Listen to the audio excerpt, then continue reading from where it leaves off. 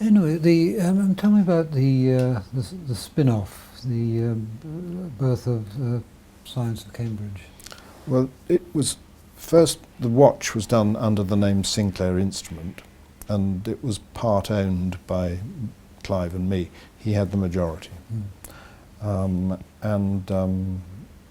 watch was based on surplus stock. The watch calculator was based on surplus stock.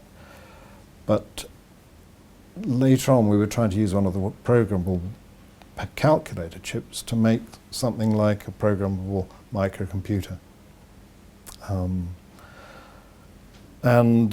Whose idea would that have been to build a I wanted to do it. I'd been out to the States a couple of times, picked up a magazine called, I think it might have been Wired or something like that.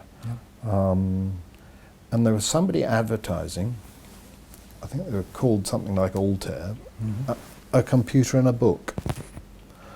And they were selling a computer in a folder which had a printed circuit board and some packets of components and some instructions, a bit like the MK14, but in a book, because they didn't pay purchase tax on it if it was a book.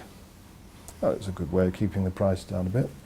I looked into it here, but I thought, well, that looks like an interesting thing for our kind of hobbyist market, so I'll do one. And I was helped by, I've forgotten his name, a chap from Cambridge Consultants, Ian Williams. That's right.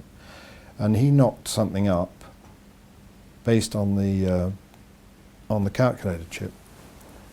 While I was looking at that, I was approached by a sales engineer from National Semiconductors who said, why don't you use our 4040 chip, SCAMP as it was known. And he offered to virtually design it. There was an application note that came with it. So I went with that.